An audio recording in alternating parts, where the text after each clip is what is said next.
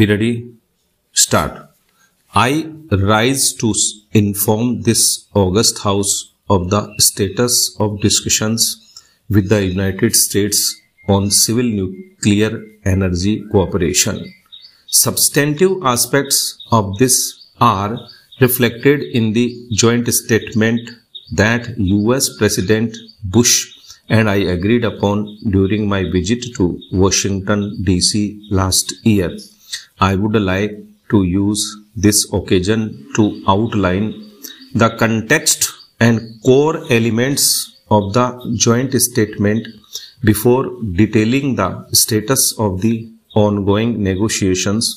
Honorable members are aware that our effort to reach an understanding with the United States to enable civil nuclear energy cooperation was based on our need to overcome the growing energy deficit that confronts us. As India strives to raise its annual GDP growth rate from the present 7 to 8% to over 10%, the energy deficit will only worsen. This may not only retard growth, it could also impose an additional burden in terms of the increased cost of importing oil and natural gas in a scenario of sharply rising hydrocarbon prices. While we have substantial reserves of coal, excessive dependence on coal-based energy has its own implications for our environment.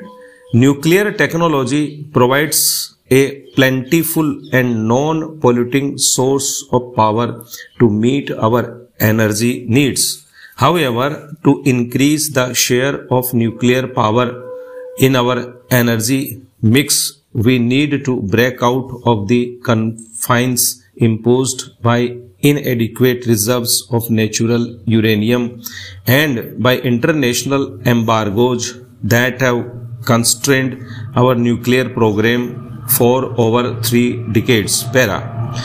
Established through the vision of Pandit Jawaharlal Nehru and sustained by the commitment of scientists like Dr. Homi Bhabha, our nuclear program is truly unique. Its uniqueness lies in the breadth of its overreaching vision of India mastering a 3-stage nuclear program using our vast thorium resources and mastering more complex processes of the full nuclear fuel cycle.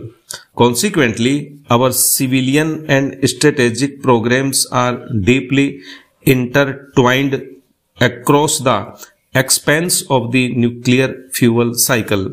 There are hardly any other countries in a similar situation. Over the years, the maturation of our nuclear program, including the development of world-class thermal power reactors, has made it possible to contemplate some changes. These are worth considering if benefits include gaining unhindered access to nuclear material, equipment, technology, and fuel from international sources. However, international trade in nuclear material, equipment, and technologies is largely determined by the Nuclear Suppliers Group, an informal group of 45 countries members, including the United States. Para. But more importantly, in the joint statement, the United States implicitly acknowledged the existence of our nuclear weapons program. There was only public recognition that as a responsible state with advanced nuclear technologies, India should acquire the same benefits and advantages as other states which have advanced nuclear technology such as the United States. The joint statement offered the possibility of decades-old restrictions being set aside to create space for India's emergence as a full member of a new nuclear world order. on our part, as honorable members may recall from my so motu statement last year, we committed ourselves to separating the civilian and strategic program. However, this was to be conditional upon and reciprocal to the United States fulfilling its side of the understanding.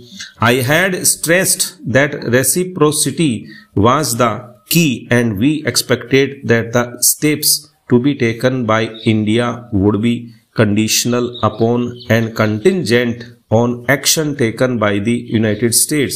I had emphasized then, and I reiterate today, that no part of this process would affect or compromise our strategic program.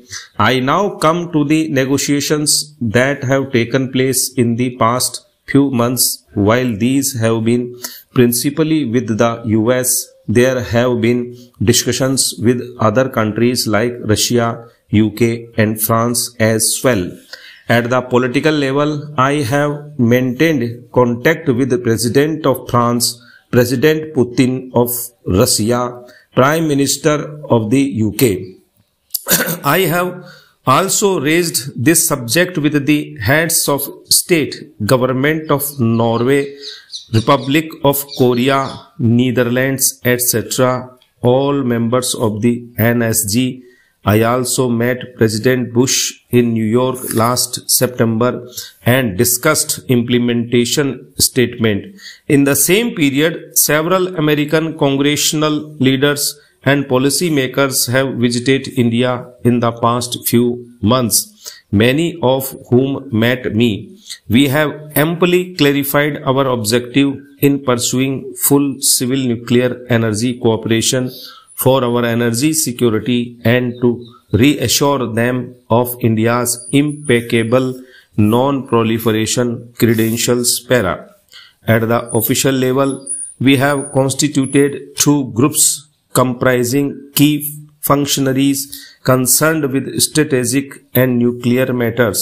They included the Department of Atomic Energy, the Ministry of External Affairs, the Armed Forces and my office. These two groups were respectively mandated to draw up an acceptable separation plan and to negotiate on this basis.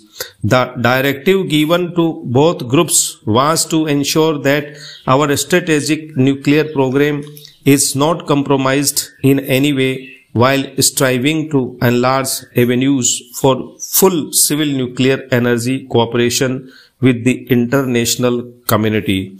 The negotiations by our officials have been extensive and prolonged.